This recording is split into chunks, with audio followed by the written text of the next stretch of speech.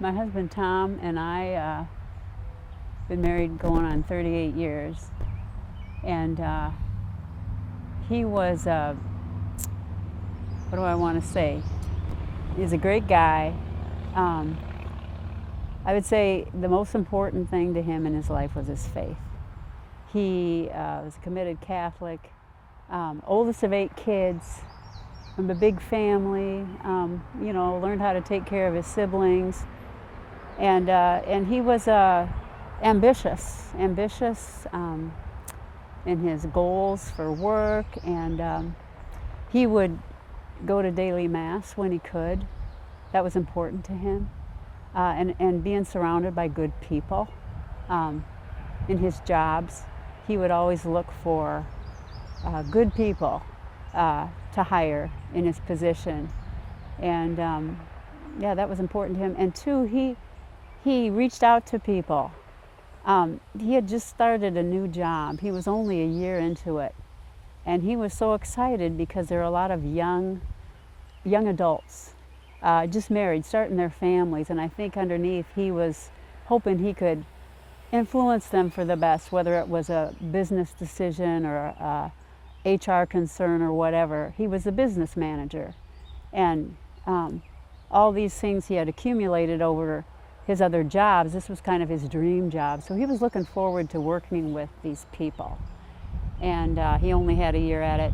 And he loved his family, obviously. That was one of the things that attracted me to Tom in the first place, is he loved his cousins more, I think, than a lot of people love their siblings. I saw that family dynamic there, so that was very attractive about Tom.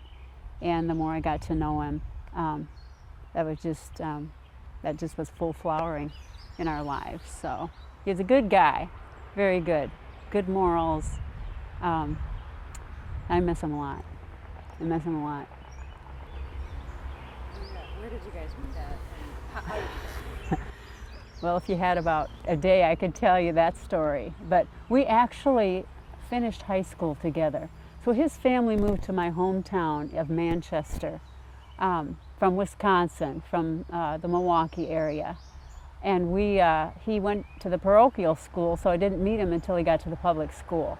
So we probably had our last 3 grades together, and ironically, our last name started with R. I was Robinson and he was Rowland. So our senior year, our lockers were right next to each other, but we never had any classes together. So I knew his siblings better than I knew Tom. I played softball with his sister, and I knew his brother was into sports, basketball, and that sort of thing. All I knew about Tom was what I learned from a schoolmate. Just said that Tom was awful quiet, and he read a lot. He was real smart. But that's all I knew about Tom. So we actually had to move away to meet each other. So I went to Milwaukee on an internship with Ideals magazine, and he was there. His mom had gone to Marquette, and he wanted to go back to Marquette. So he was studying biology, and he switched to accounting.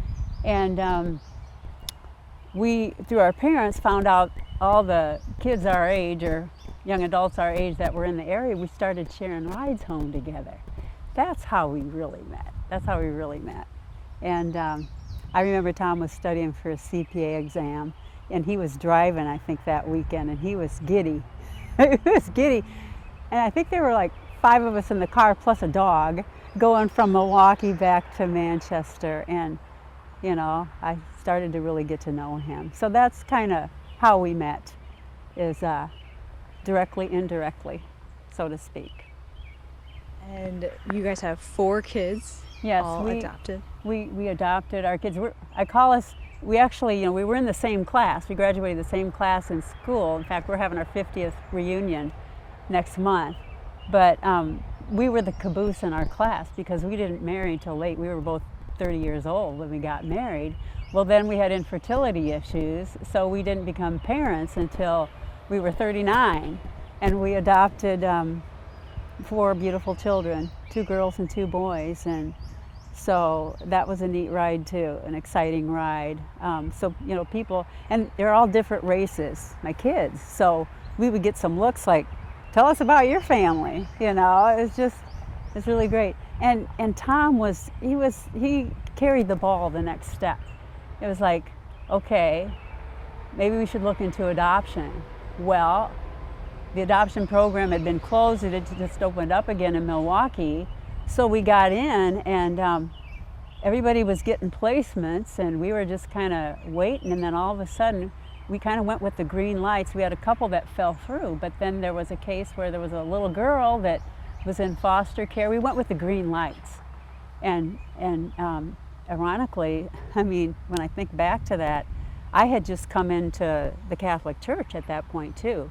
That very week we got a phone call about Monica. So I think God really wanted us on the same page before he would bless us with kids. We bought a minivan right when we got married, when we thought we were going to fill a whole house full of kids. Well, we had to wait a little bit. But yeah, so Monica came to us, and then she was already a year old, so we could put in for another. So we got Michael. Then we moved to Iowa, and we adopted Maya and Tony here. So that was a really neat part of our journey. And then you talked about his dream job. Where did he work at? Where was his job at? He worked at Design Engineers, and they're just west on Wright Brothers Boulevard here. So it was like 6 miles to work, which was a big perk, but that's not why he took the job. He had worked in financial roles in town and country supermarkets, and he worked at City Carton in Iowa City for quite a number of years. And so when that, and both of these companies got bought out, they got sold because he whipped them into shape, and it was time to sell. And so when they sold, he lost his position. So in Iowa here, he worked a little while for Homewood Electric, and then this opened up with Design Engineers, and it was perfect. It was a perfect fit. I remember we were in Milwaukee visiting my sister and her husband, and he got the call about that he'd been accepted for the job, and he just flew down the stairs. He had gone upstairs to take the call. He was so excited because it was everything, a culmination of everything. It was HR, it was payroll, it was everything in the business role. He had a good list of contacts. I think it was somebody that knew that they were looking for a business manager over there. And so I thought, wow, that's close. So we went over there, and I don't know how many interviews he had, but then we always go every year to Milwaukee to visit some of his family. Actually, his cousin is married to my sister. So, and we have this event there called Murphy Fest, his family. And so we had to go to Murphy Fest, and the timing was such that he got this last interview in before we went to Milwaukee. Well, he got the call from when we were there that he was in for the job. So I remember him, he went upstairs for the call. He came down. He was glad that I got the job, So that was really neat because it was a culmination of everything he'd done in his other jobs. He was like VP for finance for a couple of the jobs, and he did HR, and he did payroll and retirement plans, all that kind of stuff. The health plan, and he has encouraged the employees at City Carton, to be healthy, and that sort of thing. So this job was a culmination of all that. So it was perfect. Plus, it was practically in our backyard. So it was. He was real excited about the job, and two, just being able to maybe influence and help some of these young engineers. That was, I know, part of his planning. He had planned to retire at age 70, so he had another, 7 years or 8 years he was gonna work there. Yeah. So it was just, surreal that he got a good, he'd just gotten started there, had big plans for him, and wasn't able to continue there. It was important to him to kind of mold young minds, I guess, right. Like help them out. And two, he had just started getting his noontime routine down. So he had his bike in his truck, and then he could be over here in a matter of minutes to the bike trail, park his truck in Ely, And then he would either ride north and back to his truck or south and back to his truck. And that particular day, he chose to go, hello, he chose to go north and back that day. But God had other plans for him. Yeah, so that's kind of what his routine, he was getting used to it. Yeah. Do you want to talk about that day? Let's see, take me back to that day. What was happening that morning before he went to work and then before the storm? You know, it was a Monday. So we had just come off of a weekend of some graduation receptions. You know, and with that year, with COVID and everything, a lot of these graduation receptions were delayed. So this was August. We were going to, you know, we saw family at some of these over the weekend. So Monday came around, and it was kind of an overcast day. It was a beautiful day. It started out really nice. Well, it was clouding over, and then I think I got a word on the radio that, you know, we maybe had some weather coming. So I went outside to, you know, kind of secure some things, and the sky was deceiving because it didn't look, to me, it didn't look like a storm. It was different. It was kind of a white, cloudy, like, and it just hit like that. I could barely get the garage door shut when I was coming in from it. I thought, what's going on here? And so I went straight down to the basement. I didn't, you know, stop at home base. I just went straight downstairs.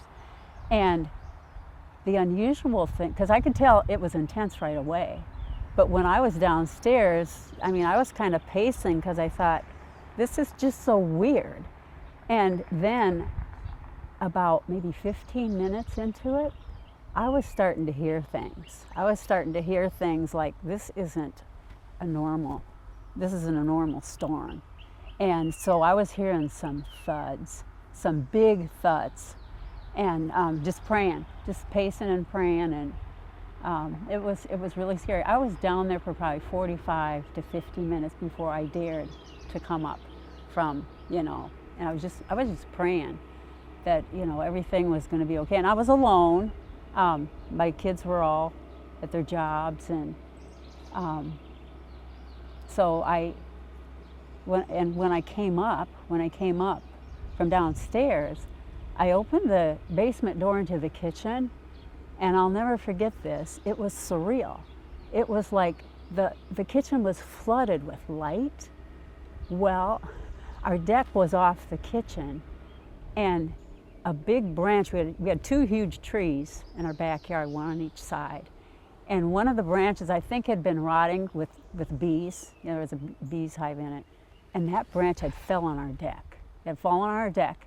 And the whole kitchen was just flooded with ice and like diamonds because of the moisture, and a big limb had fallen on the deck. So that was caved in, and maybe a couple of branches had made it into the deck door. But it was just, oh my gosh, and my first thought was, I gotta tell Tom, our deck is wrecked, you know, but it was, and everything was glistening because the sun was out already. The sun was out. I thought that was so strange. You know, usually when a storm goes through, you know, it still stays cloudy, and it was glistening off the raindrops. It was just, like I say, it was just a surreal picture when I came up the stairs. And my first thought was, okay, we're okay, I'm okay. And so I went outside because I wanted to see, you know, check on the neighbors and stuff. And I met my neighbor next door, and we were just kind of like, I think we hugged each other, and you okay and everything. And then I saw, you know, that the branch had fallen. We had a huge maple tree in the corner of the garage. And so one of those branches, I think there were bees in there, so it was kind of weak, and that's why that branch fell onto our deck. Yeah, but it was just, yeah, and so we were just kind of like in surveying, you know, like across the way they had a huge evergreen, huge, and it had gone, laying on its side, and they lost a number of trees over there, and I was just like, oh my goodness. And of course, I had no idea how widespread that derecho had been. I thought, you know, maybe it was just local to where we were, but and no power or anything, you know, no phones or anything. It was just, that's what I came upstairs to, and just not knowing, you know, anything at that point. So, and I remember with the sun being out, there were raindrops in the kitchen on things because it kind of, well, our deck door was open. You know, if I had had the deck door shut, it probably wouldn't have, the branches wouldn't have made their way through the deck door, but they were. And so there were leaves at the kitchen table, you know, and part of a branch in there. And everything was just kind of sparkling with the sun. The sun was out.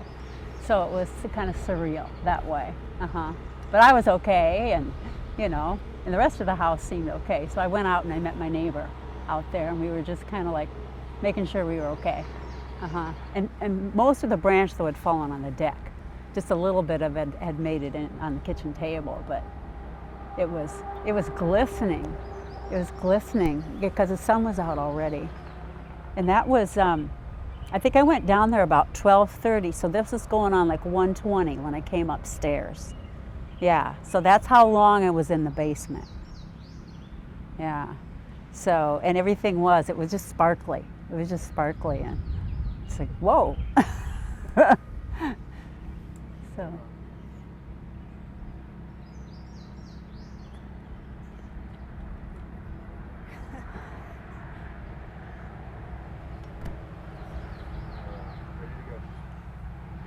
And then it sounds like you had a lot of good friends that helped you kind of clean up some of that damage. Yeah, that was, like I say, the first thing I did is I went out through the garage and met my neighbor, Laura, next door. And we were just kind of hugging each other and, you okay? And just looking at everything, you know, that had fallen. And again, across the street, they had big old trees, and they lost over half of them. Big old farmhouse. And again, this big evergreen tree. It had to be over 40 feet tall, and it was over on its side. Thank goodness nothing really fell across the road. There was a couple of power lines that were low, but yeah, we walked up to something really surreal. So we went out there and made sure we were okay and stuff, and you know, people were coming out and looking, you know, what happened. Everything was just glistening, and I don't think there was that much rain. There wasn't, it was mostly wind, you know, things were just kind of sparkly, yeah. And then Tom wasn't home. He had been at work that day. Tom had been at work that day, and I thought, well, I'm going to hear from him. You know, he was so good about that, but, you know, we didn't have any phones, so I was just kind of praying and hoping that he was going to be okay. I think my neighbor heard from her husband, and he was, I think, in Des Moines, so I don't know how she was able to get that information from him, but, you know, I wasn't getting anything, that's for sure. And so I just thought, well, I'll hear from him. I'll hear from him eventually. So, you know, we were just, I think I was kind of in shock just that, you know, we had that damage, you know, to our deck and stuff. And, you know, just kind of like walking around surveying things with Laura and the neighbors and that sort of thing. Everything was just kind of glistening, you know, with a little bit of rain, but, you know, branches down across the road and that sort of thing. So I just kind of, I think I was more concerned about, you know, making sure, you know, where the damage was and, you know, making sure that the cat was still in the house and didn't get outside. So. How did you start trying to get a hold of Tom? Well, there was no phone communication, so eventually I had my son Tony go and see if he could get through to go over there, and eventually he did. He drove his truck over there to Design Engineers where Tom worked, and of course the parking lot was totally empty because it happened around the noon hour. So I'm assuming, like Tom, you know, he went on his bike ride that day, and I suppose people that went for lunch didn't come back, you know, because it was right over the noon hour. So he, you know, didn't find anything when he went over there. So he just came straight back from there. And so then I alerted or I mean, I think, I'm not quite sure how I got a hold of his brother Paul, who lives over by College Community Schools. And just that, you know, I'm not even sure how I got a hold of him. Whether he, you know, came over or if Tony stopped there. I don't really remember exactly how that all worked. But there wasn't any communication, you know, because it was just weird. You know, we're so used to in this day and age of being able to, you know, contact the person you want right away. So, you know, Tony didn't find a whole lot out either. So eventually though, I mean, and see, since Tom had started a new job, I didn't know anybody that worked over there. Design engineers, I didn't have anybody's phone number or anything. I just didn't, you know, I just knew he worked close by. And so actually my neighbor Laura, bless her heart, after a little while, I had her drive me up into Iowa City to see if I could get a hold of one of the bosses. I had an address. I had like an address sheet, I think. And it was just a real zoo trying to even get that much done. So we ended up coming back, and I didn't even find out. I mean, the day just wore on. It was slow in one respect, but it was fast in another respect. And so, I mean, the first, you know, and then my sister-in-law Carol, she called the hospital. She was able to call for some reason to see if, you know, there were any reports of anybody coming in, because I mean, I had no idea, you know, if Tom had gone on the bike trail, because that's what he did for his noon hour. He could throw his bike in his truck and drive over to Ely and go up and back, north or south, and be back to work in an hour. And so we just didn't know. We just didn't know. And so, but she did call like Iowa City and Cedar Rapids Hospital. She was able to do that somehow and find out. I think she got a hold of one hospital, and I think maybe they were able to call some others, but there was nothing at that point. So I was just, I hope you're okay wherever you are. Yeah, and of course his truck was gone too. His truck was parked over at Ely on the bike trail. And so his brother-in-law Paul was the one who was able to go out, and he found his truck parked over there. So he figured, oh, bike trail. He was on the bike trail. So, and then the day was wearing on, and so I didn't get contacted until almost 11 o'clock that night, and the police came to my door. In fact, I think I got some kind of a communication first that they were going to be coming. Yeah, so they came at about 11 o'clock that night and just gave me the news that they'd found him on the trail. Somebody, actually it was a biker that had gone into Ely, because they barely got off the trail, and then as soon as the storm was over, they went out looking to make sure. And Tom was right over here under a big old cottonwood tree. Yeah, So that's how I found out. Yeah. So what did they tell you at the time? What exactly had happened when he was riding his bike in this area?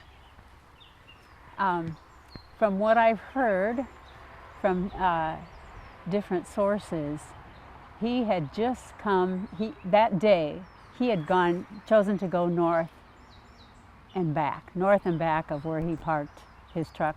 I'm sorry, in Ely. He parked here in Ely behind us.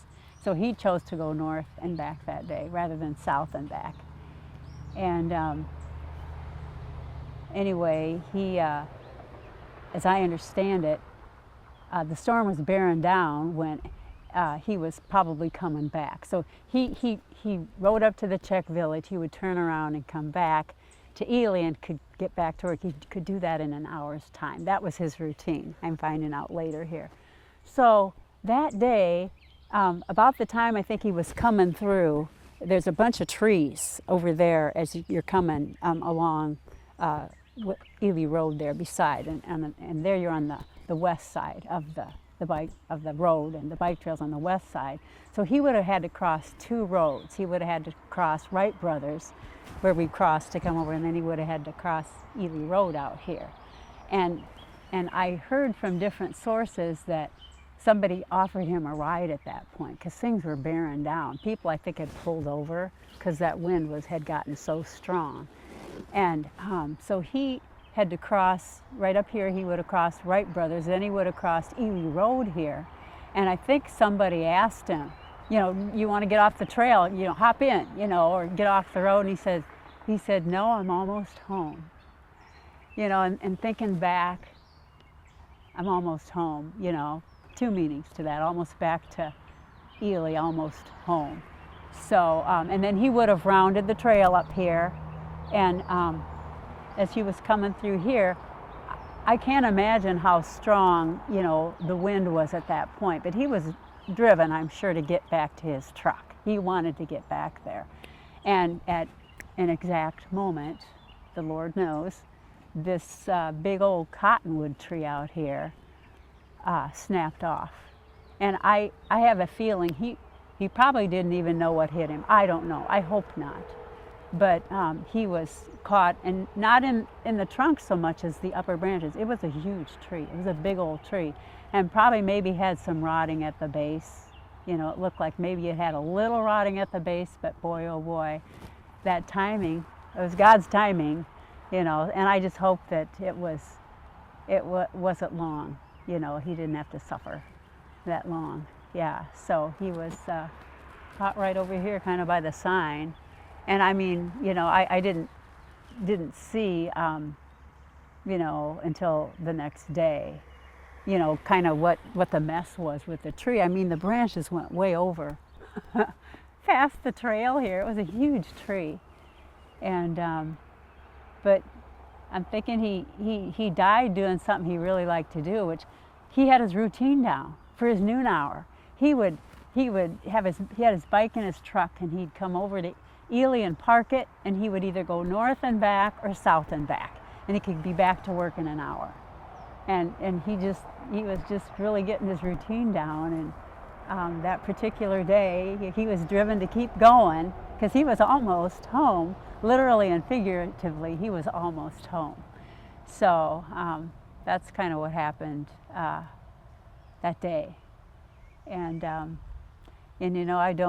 I don't picture him batting an eye. It's time, let's go. He had very deep faith, and I don't have him. I picture him not even, I don't know what it was like for him, but I could hear him say, let's go, And that was always his goal was heaven. His goal was heaven, to be with our Lord forever. And so I picture him saying, let's go, not trying to fight it. And so, yeah, that was. And does that Catholic faith kind of give you a little bit more comfort, knowing that he is in heaven? Yeah, definitely. His faith was number one to him. His Catholic faith, he was raised Catholic, and I'm a convert, because I met him, but it just was like everything to him. And I don't picture him having any second thoughts about, if he was hearing the Lord's voice. I mean, I don't know. He had said, let's go. I'm ready, let's go.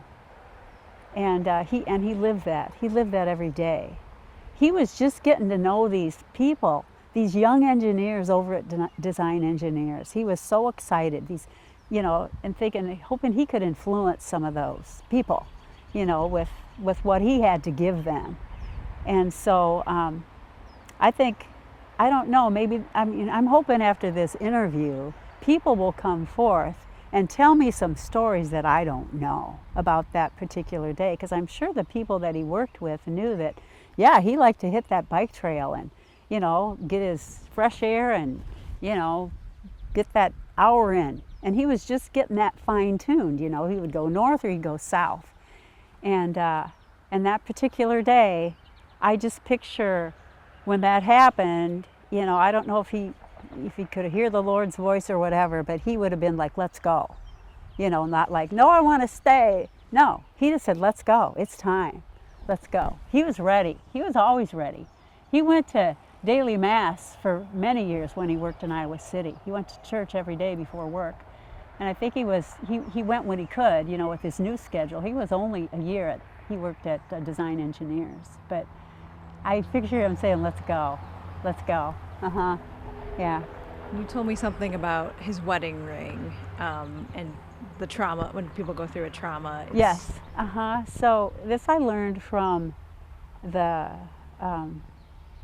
funeral home, was that he said a lot of times when there's trauma, the victim will have clenched fists.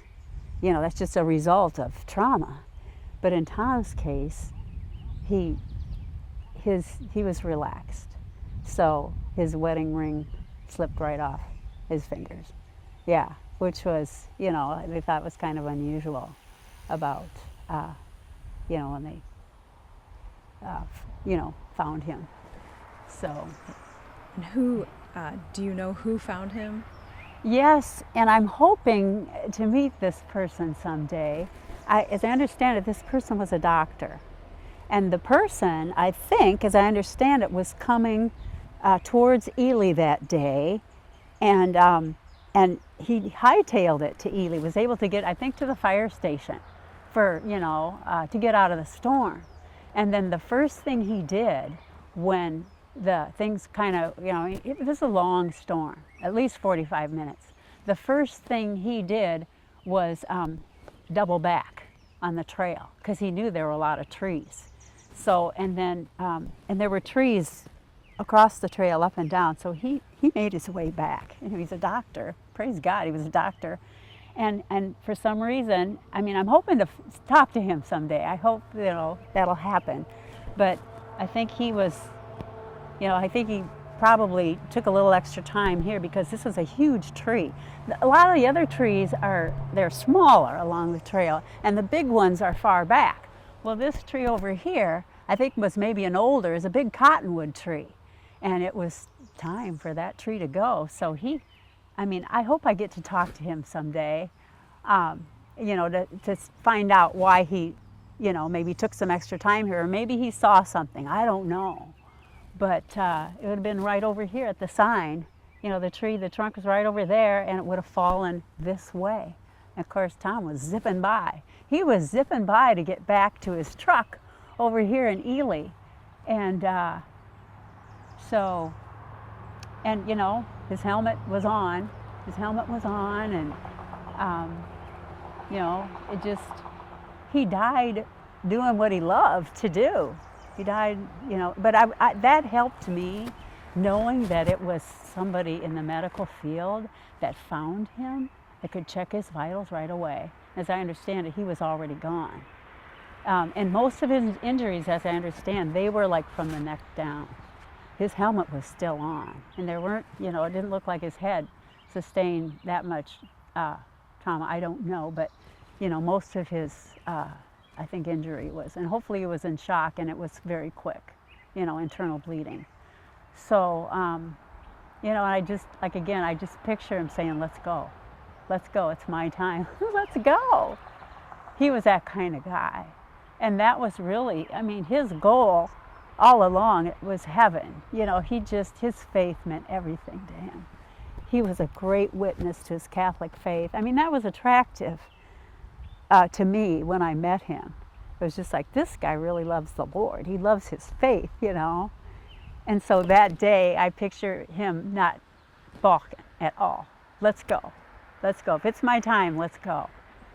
So I know that I can almost picture, even though I wasn't here. Yeah, and again, this doctor found him. And that gives me consolation too. Hopefully he didn't suffer a long time, because I don't know how long it would have taken. I'd like to find out from this doctor that found him how long it took for him to get here, how much time would have elapsed that way. But I think he was pretty much gone when he found Tom. So I have that consolation of knowing that he was gone when when he was found. When he was found. But, that, was probably, the storm, I'm thinking, it was probably pretty close to noon or around noon when it happened, because when I went downstairs, it was like 11:30, and the storm intensified. So maybe it was even a little bit after that, because he would have ridden all the way up to the Czech village and was on his way back when that happened. Yeah. So he was almost home, literally and figuratively, to his truck in Ely. Yeah. Is that just kind of a spirit he had, like just determined to Oh yeah, to finish? yeah. Tom was driven. He was driven. So, and again, when he crossed out here, somebody, and I hope that person will identify themselves to me someday, somebody asked him, here, hop in the car, the truck with us, get off the road. And he says, nope, I'm almost home. He said, I'm almost home. Well, literally and figuratively, he was almost home. He was a driven individual, whether it was work or, in this case, he just thought, oh, I got to get back. Tom was like that. He was like that. Mm-hmm. He loved biking. How soon after finding out did you come out here and see everything? That's a good question. I think I came out here the next day. With some family. I think I came with his sister and my sister-in-law. I'll have to ask them. They could tell that better. But yeah, we came out to see, and it was a mess. It was just a mess. I mean, trees and limbs. I mean, not so much big trees, but just, it was a mess out here. And just, I remember, walking through here and seeing all these, and these were the upper branches. It wasn't the trunk of the tree. It was a huge cottonwood tree, huge old cottonwood tree. And so, I mean, I think there was damage to the fence here. I mean, the upper branches were, so he was caught, I mean, the fork of the trunk was off the trail. This is a huge old cottonwood tree. And it, and there's a couple of cottonwoods. There's a pair there, and there's a tree or two over here. They're cottonwoods. And people don't plant cottonwoods in their yards. Cottonwood trees are just, they just get kind of tall, and I don't know. People don't intentionally plant them. They're here in the field and along the trail. So this old cottonwood tree, I think God decided it was time for this tree to go. And it did have a little bit of rotting on the west side at the base. So that might have contributed to it, but it was just the timing. Tom was zipping by. I mean, just think about that. And this tree's been growing for 100 years? I don't know. And boom, there it happened, just like that. And Tom got caught in those branches. And just thinking, if he'd have done one thing differently that day, just one little thing differently, but that's how it happened. And then you had to tell family. Tell me about that. Then you had to tell your family. Yes, and that was a concern, because there was no power or no phones.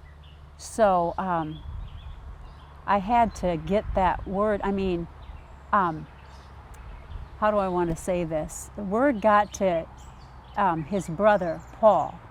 We got word to him pretty soon, and his wife, Carol.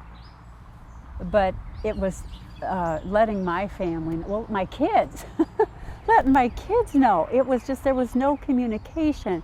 And I was afraid the story would get out before they even knew that their dad had passed away.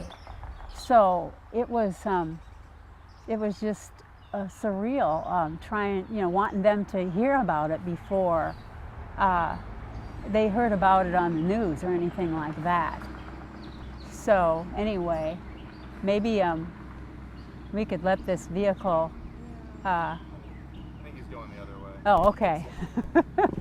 Yeah. So that was a big concern to me, getting a hold of my family, and so I mean, and it was late when I found out the night before. So I mean, and ironically, I did sleep. the Lord let me sleep that night for some reason, but then the next day I had to get a hold of people and let them know about what had happened. So one of the first things I did, I mean, the neighbors knew. In fact, my neighbor next door, they're so good to me. She offered to stay with me that night, you know, which was really sweet of her to do. But, you know, she had her own kids to think about and stuff. So that next day, though, I had to drive over to the cell tower to get reception so I could call somebody and let them know, somebody in my family. And at that point, Tom's brother Paul, he knew, because he came over because he knew I was looking for Tom that whole, you know, rest of the day. So he was able to inform Tom's side of the family, but I had my side to let them know what had happened. And so I drove over to the cell tower by the corner of 965 and F-120. That's, you know, where I had to go to get reception, to go over there. And the first thing I did was try to call home, but I couldn't. I couldn't get anybody. So I ended up having to call my sister, who lives in Milwaukee. I had to call her, bless her heart, so she could try to call the rest of the family. Yeah, so I ironically, that's kind of the second time I've taken advantage of my sister, because I had lost my son, we'd lost our son Michael earlier, and again, there was a communication thing that I relied on her for that, but just, I had to tell her, so then she called my siblings. Yeah, so she had that nasty job to do that, to let them know. And like my mom and my youngest brother, they were like, they live on a farm down in the valley. So they had to come up to a high spot, you know, in order to get that information. Oh gosh, there are other things coming back to me that I had forgotten about that day. Just the fact that, you know, there was no communication, and even on the home farm, you know, they hadn't been hit as hard, but they had to go up the hill to a high spot, you know, to get any communication. And ironically too, my sister and husband were coming home that weekend from Milwaukee anyway, so they, you know, they had to get that word to my family, you know, so they had that nasty task of doing that, you know, and it was just surreal. It was surreal. Yeah. What kind of reaction did you get from your kids when you had to tell them? You know, honestly, I don't really remember, because they were away. Tony was right there, and he kind of just retreated. You know, he was 19 at the time. And Maya, my daughter Maya, was in the Quad Cities, and they were having their own version of the storm. But I think, you know, she just, yeah, it was really hard for her. It was hard for all of them. And then my daughter Monica, who works in Iowa City, and so I'm not even sure exactly. I think maybe somebody had to get word, friends had to get word to her about it too.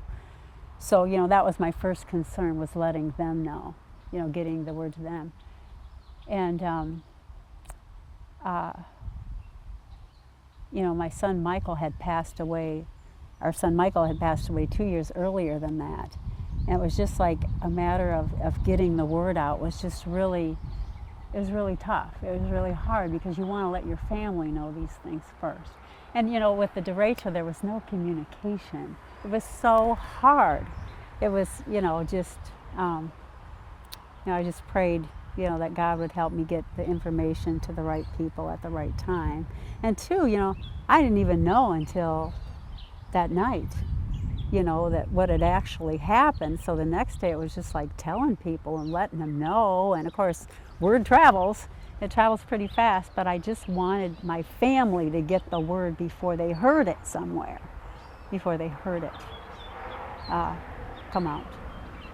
And it was also your son's birthday, right? Yes, it was Yeah. Tony, my youngest son's, it was his birthday. It was his 19th birthday. And I'm just thinking, wow.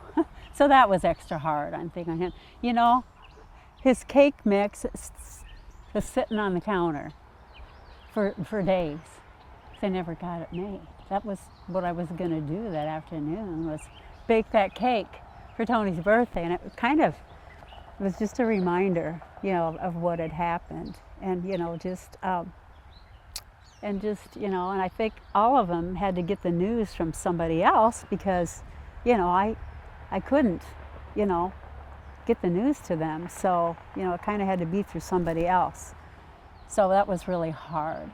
It was, it was surreal. It was surreal getting the word around. And even too, just getting the news, you know, to me, you know, for them to get the news to me, because this had happened between 12:30 and 1:30 in the afternoon. I didn't learn until 11 that night, you know, what had happened to Tom. So it was just, it was surreal, a surreal situation. Yeah.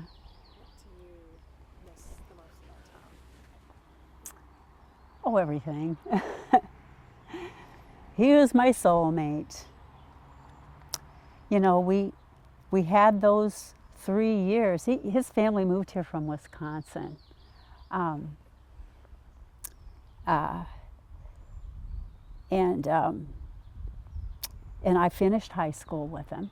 I didn't know him that well. So it took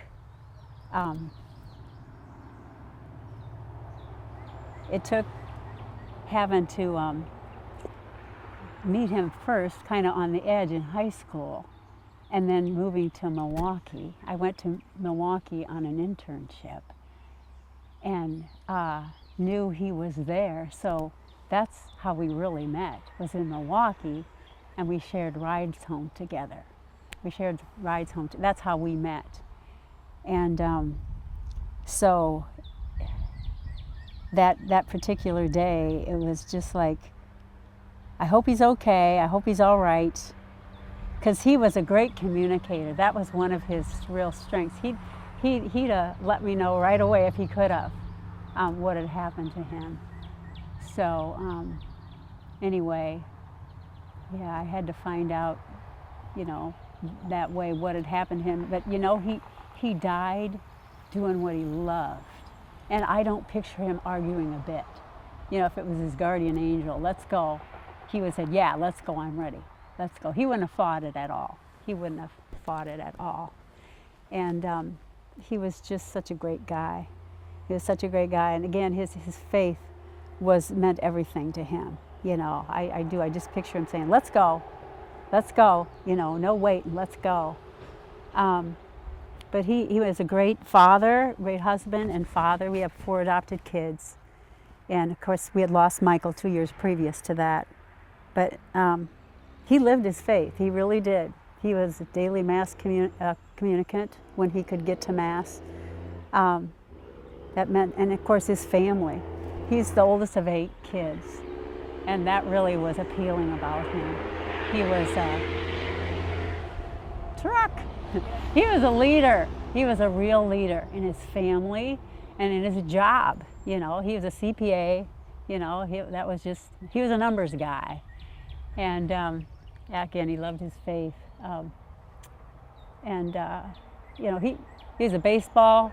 He coached Little League, and you know, he was coached at the Prairie Rec League over here, and he loved kids. He loved, you know, he wanted them to succeed, you know, and his dad coached Little League too, so he did that sort of thing, and he had more of the junior high age kids that he was, you know, like the 6th through 8th grade that he coached.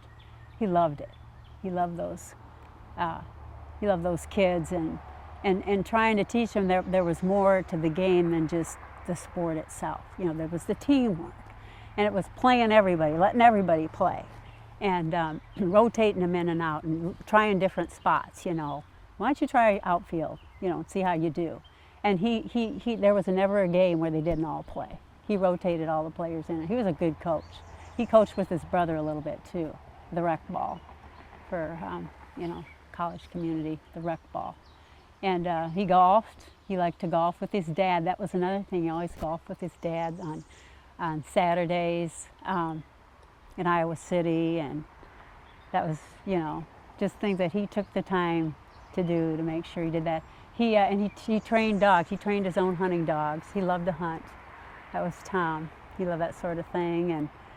And again, the Viking was, he was just really kind of getting into that, you know. That was something he really enjoyed doing.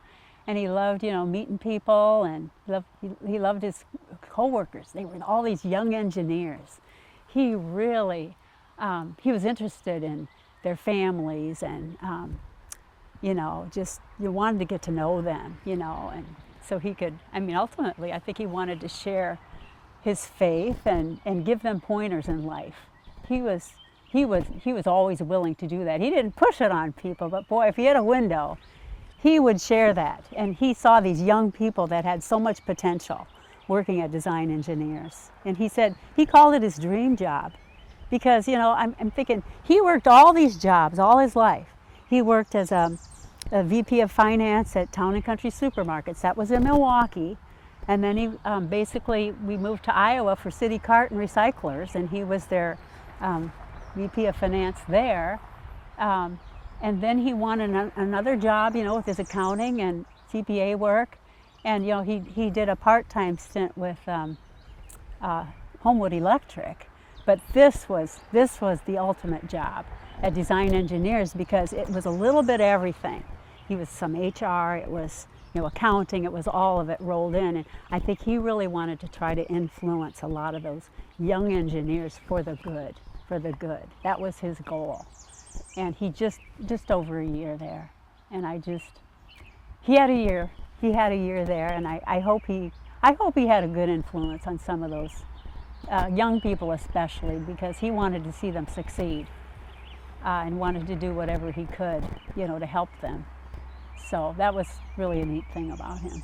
I mean, in all of his jobs, it was the same way, but this was his dream job, you know, where he could have some influence, and, you know, and he was this close to the bike trail. He could come over here on his noon hour and get his exercise in and meet people, influence people, and ultimately, I mean, share his faith. His faith was number one. He went to daily mass. For, I mean, all the time he worked in Iowa City at City Carton. I don't think he ever hardly missed. And he was a reader at mass, and if you asked him about his faith, watch out, you know, how much time have you got, you know, I'll let you know. And that was attractive to me about him, because he lived his faith. He really did. I mean, he didn't ram it down your throat, but he lived it. He really lived it. You know, he went out of his way to go to mass every day, and you know, and if there was an inroad to talk about it, you know, and then he would ask people questions too. He was a good conversant. Tom was, yeah, and he was interested in people. He truly was, especially young people, because he kind of wanted to bring them along. You know, if they were having a slump or maybe going through a rough time, you know, he wanted to tap into that and help bring them along. He was a very people-oriented guy. But he didn't push that on anybody. You know, he knew his limits and stuff, but he wanted to be a good influence. I really admired that about him. And I think he brought out the best in me too, as hard of a job as that was. He was just a great partner. Yeah. Mm-hmm. Yeah. And yeah, I can just hear him say, "Let's go. Let's go." Yeah. Loved his kids. Loved life. And I know he had planned to live into old age if the Lord would have allowed. He was going to live out all his days, and he planned to work till he was 70. And then I think he was going to get some kind of a part-time job, like maybe at a Menards or a Tyson's or something like that. and continue to especially try to influence young people, encourage them, you know, because that's how he was. But he was the oldest of 8 kids, you know, that was in his blood, that was in his personality, you know. And I think when he was at work at Design Engineers, you know, anytime anybody, you know, I mean, he wouldn't push it on you, but if you wanted to talk about it, he would bring it up, you know. So that was very important to him. And how are you honoring his memory, making sure kind of those qualities he kind of lives on? Well, if people ask me, I'll fill their ear full of stuff. But you know, for a while there was the ghost bike here on the trail, and I don't know who does that, but I thought that was really a neat way to honor his life. It was only there for maybe a couple of months. It was there, and then it was gone. And I think I put his funeral program over there, attached it to the bike so people could read about him, you know, because it just in a nutshell kind of told who he was, but then the bike was gone. So I hope whoever, you know, I don't know how that ministry works or whatever, but anyway, that was that tree right there was where the bike was.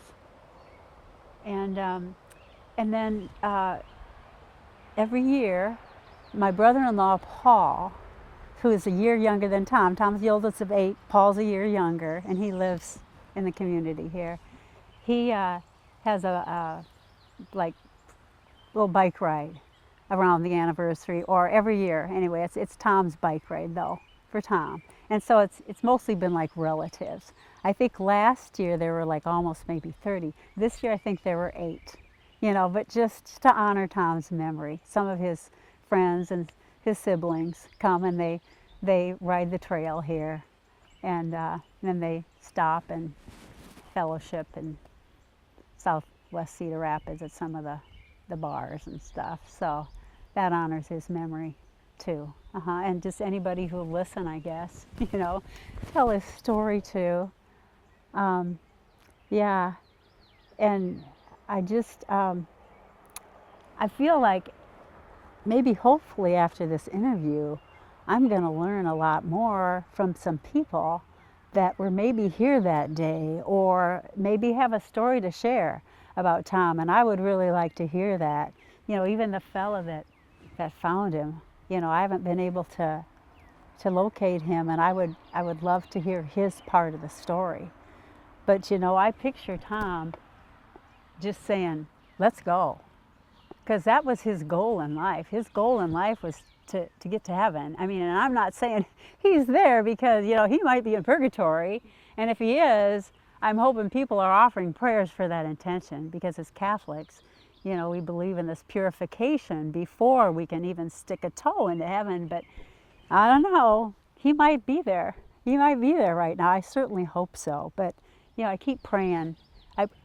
I hope like he is, but I pray like he isn't, because that's, you know, as Catholics, that's what we believe. We keep praying for our faithful departed, that, you know, they can receive the graces to get there.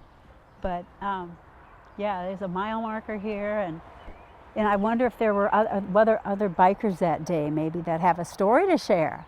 You know, I would love to hear anybody who's got a story of that day, because, you know, I've gotten bits and pieces, and, you know, I met some people that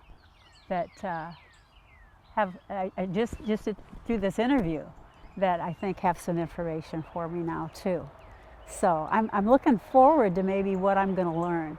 But you know, right after it happened, my head was just swimming, and I just didn't feel like it was, I wanted to just concentrate on Tom's memory, the people around him that were grieving, and the funeral and all those kinds of things. It was a wild time in Cedar Rapids because of the derecho. Things were such a mess. They were an absolute mess. They had other things to deal with. They had their roofs and their trees and all these kinds of things that they were dealing with, and I had some of that, but then I was the only one that had a loved one right close here that perished in the storm. So tried to really concentrate on, just all the love I was receiving from family and friends that was coming in that way. So I've been approached a couple times since then, but I thought, nope, it's 5 years. It's time to tell Tom's story. He was a great, great guy. I was so blessed to be married to him. And his story continues, and I know I'm going to hear other stories. I know I am. I'm excited about that. I hope people will reach out to me and tell me if they were here, that day, or how they knew Tom. He's a real people person. He loved his faith. He loved his family. He loved his work. He wanted to see people succeed. He wanted people to be happy in what they were doing, have a purpose. And if he could help them in any way, he would try to find what that little nugget was. He took time to do that. Yeah, and he loved his family. His family was first, the oldest of 8 kids, and he's in touch with all of them. Had an annual family event called Murphy Fest. His mom's maiden name's Murphy. So he was the one who kept it going when his grandpa died. Make sure all the cousins and aunts and uncles got together every year in July. They'd have Murphy Fest. Yeah, so he was that kind of guy. Family's everything to him. That was attractive to me about him. He loved family, and that was a good thing. Yeah, and now he's probably interceding. I pray that he is, but he lived his years well. He lived his years well, Tom. He was very driven he was excellent, whether it was work, and of course his faith, and he wasn't afraid to share that with people. Yeah, if they'd ask, watch out. How much time have you got? Yeah. And I'm sure that closeness that he had with family kind of helped in that hard time of, when you found out the news. Yeah. Paul is local here, and Paul still rides the trail every day here. He rides the trail, and I think he hopes he'll, run into somebody or talk to somebody who maybe, knew Tom was riding the trail or maybe was there that day, So, yeah, he rides the trail pretty regularly now, and they were pretty close. I mean, they're just a little over a year apart. Him and Paul is, and then all the other siblings they're all over the place, Wisconsin and Colorado and Florida. So, and he was good in his role in his family, the oldest of 8. He lived that role. He was the one that, we had this annual gathering of his mom's side called Murphy Fest. And he sent out the invitations, and he would make a crazy cartoon every year, about, he was, so funny that way. And then he'd put the details about where it was, and that was in Wisconsin. We lived in Wisconsin at the time, but then when we moved to Iowa, he made sure he kept it going. He kept sending the invitations out and doing that, and so he's a real family kind of a guy. He kept those things going, and I think he's a real catalyst in keeping his family close, and even extended family. He's as close to his cousins, I think, as a lot of people are maybe to their siblings. In touch with them, and he was always, we would have this annual event called Murphy Fest, and he would send out the invitations every year, and he'd draw this crazy cartoon, and that was important to him, very important to him. So that was just a neat part of his upbringing, what he had to share, what he had to bring. And I think too, if you'd asked him whether it was his family or his faith, he would have probably said, well, how long have you got? How much time do you have? And he was willing to share that, but he wouldn't shove it down your throat, but he'd tell you about it. I see you have an angel pin. Have you Yes. been wearing that? Yes, that's a guardian angel pin. And I've been wearing that for a long time. Yeah, and that reminds me, that I have a guardian angel that intercedes for me. We each have a guardian angel, but to be intimate with your guardian angel, to be on talking, conversing terms with your guardian angel, because that's your direct line to God, is your guardian angel, because your guardian angel has been given the mission to take care of you until you're called home, until you're, called to wherever you're going next. And so that's just, and having a pin is just kind of, I can touch it and remind myself that, we're only on this earth for a short while compared to eternity. And it's like, where do you want to spend eternity?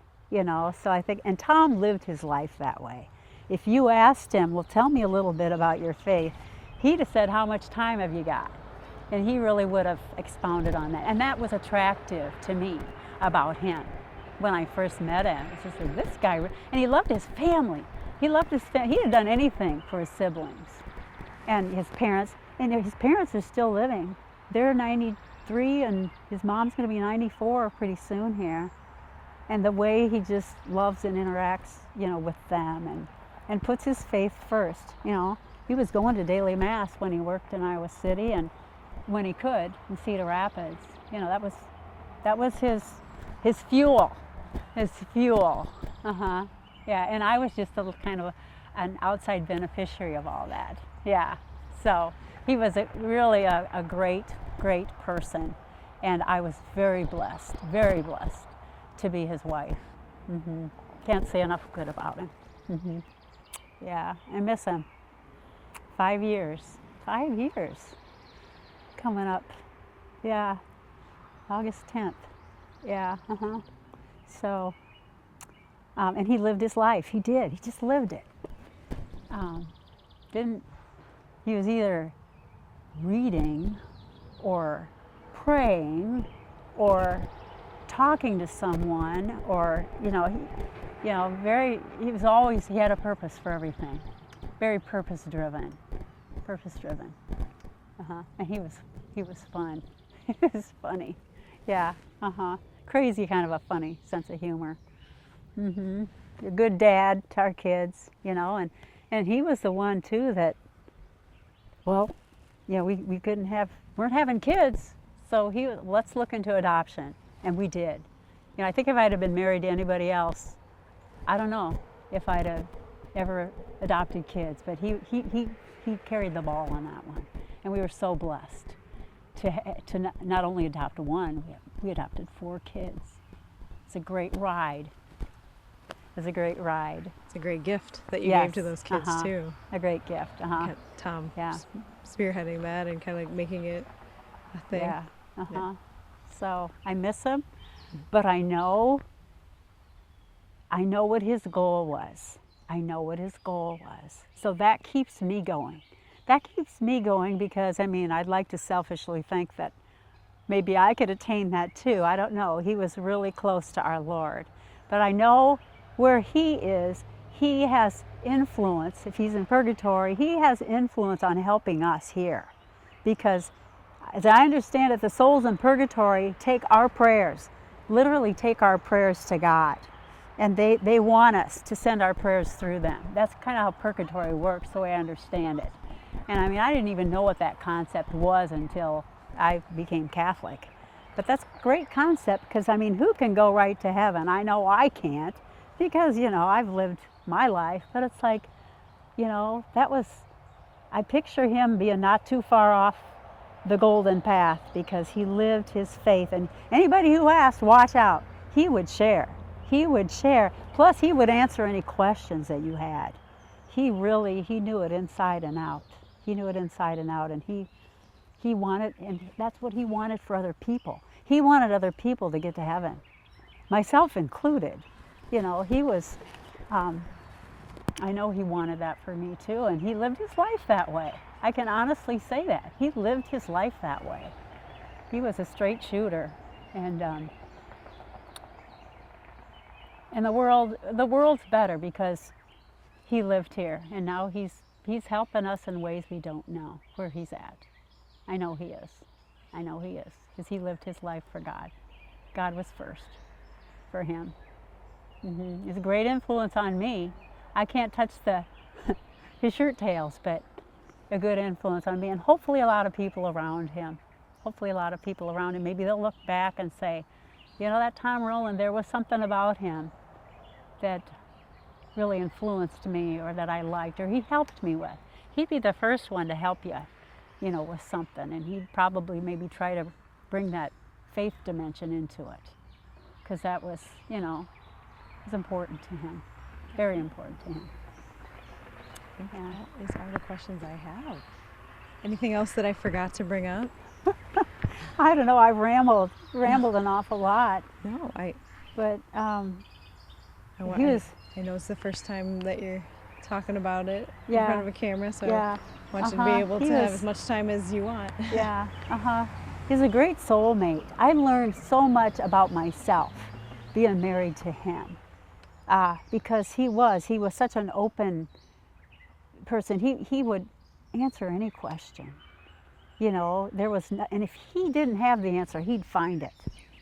And if you know, regardless of who you were, if you had a question about, you know, anything, whether it was accounting or whether it was your faith or whether it was, if he didn't have an answer, he'd find it. He would find it, you know, because he knew there was a concern there, and then he would maybe try to weave something spiritually into that, you know, to help you out. I mean, whether you wanted it or not, he was ready to do that sort of thing. And two, when he was at Mass, he was real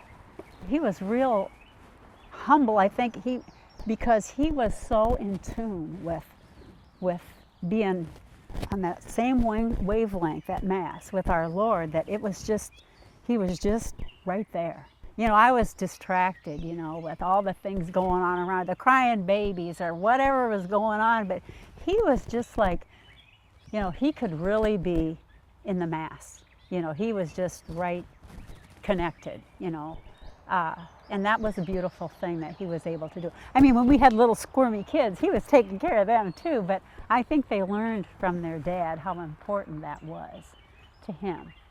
You know, and again, he'd be the first one to share that with anybody. If you asked, watch out. You know, he'd, you know, depending on how much time have you got, but and that influenced me. That influenced me greatly. And how could I not love somebody that loved his faith so much? That was so attractive to me. And two, he, being the oldest of 8 kids, he you know, he did babysitting at an early age, so he knew what it was like to care for his siblings. And you know, he just didn't bat an eye. And he was the first one to leave home for college, and the first one, you know, to get a job. I mean, you know, his career job, and go to college and do all that stuff. So I think he was a pretty good example. And all of his siblings went to college, every one of them. They went to school. And so he was the first one. He kind of paved the way. Yeah. You've said soulmate a couple times and that he was going to retire at 70. Yes, he had planned to So, work till 70. and so I guess, what plans had you guys had maybe once he retired at that age? So his cousin Paul is married to my sister Pam. So sisters married cousins. So we were planning to do some things together, and my sister and her husband are retired. They live in Milwaukee. And so he's been retired now for, I think, a couple of years. So they're, you know, living their lives, and they're being very influential to their church family and their neighbors too. But we had pictured doing some things, the 4 of us, you know, just whether it was, I don't know, going on bike rides, or there goes Paul. Good timing. That's my brother-in-law that just rode by, Tom's brother. And just being a good influence everywhere he was, you know, and yeah. And I miss him, but because of our faith, because of my faith, I'm praying that we're going to meet again. We're going to meet again. But two, I have a charge now. I have a charge to tell his story. And you know, 5 years ago, 4 years ago, 3, I probably wouldn't have been ready to do that. But it's taken 5 years here for me to say, hey, you got to tell his story. You got to get it out there. What kind of man he was, and how he really tried to influence people for the good, for the good. And too, being the oldest of 8 kids, come on, you know, he would have played, you know, with his younger siblings, he would have babysat them. You know, he was always the first one off to college, the first one to get a job, you know. He was a kind of a role model of sorts, and he would keep in touch with them. He would, you know, he would make it a point to check in with every one of them every so often. He'd call them. He'd call each one of his siblings. I really admired that about him. And most of them were away. I mean, Paul was the one that lived here, you know, that helped me, still helping me. It just rode by. But, you know, that was important to him. And too, helping, like when he coached Little League, it wasn't so much about, yeah, he wanted them to learn how to play ball, but he wanted that deeper dimension. He wanted the teamwork. He wanted the, oh, you know, don't mope. Get out there and, you know, brush off your shoes and get out there. And, okay, why don't you try this position? He had them try different positions. He was like that. He wanted to, you know, have each player rise to his best ability. He was good about, and his dad coached ahead of him, so he was coached by his dad, so he kind of knew. And then Paul, his brother, he was a great catcher in the Walmart Conference when he was in school. So Tom didn't do the baseball, but Paul did, and he just loved that. He loved influencing these young people for the best, for the best. That was what he wanted. He wanted to see them excel, to love the sport. Yeah, yeah. Oh gosh, well, it's my pleasure. And I'm trying to think, there was one other thing. I think when he crossed the trail up here, when he was offered a ride, I don't know if I said this before or not, he said, "No thanks, I'm almost home." Did I say that before? I don't know. He said, "I'm almost home." Literally and figuratively. He was almost home to his truck in Ely, but he was almost home, going home. So that was a beautiful line that I like to mull that one over. Yeah, he was a great guy. Good influence on me. Yeah, and I miss him. Yeah, and not just me. Anywhere he went. You know, especially if you asked him about his faith, he would say, "Well, how much time do you have?" Yeah, he influenced me for the good. And I miss him, but I know, you know what? He's probably doing more where he is. Whether he's, you know, making suffrage in purgatory or he's in heaven. He is making the best of where he's at for the good for other souls. Yeah. Mm-hmm. Uh-huh.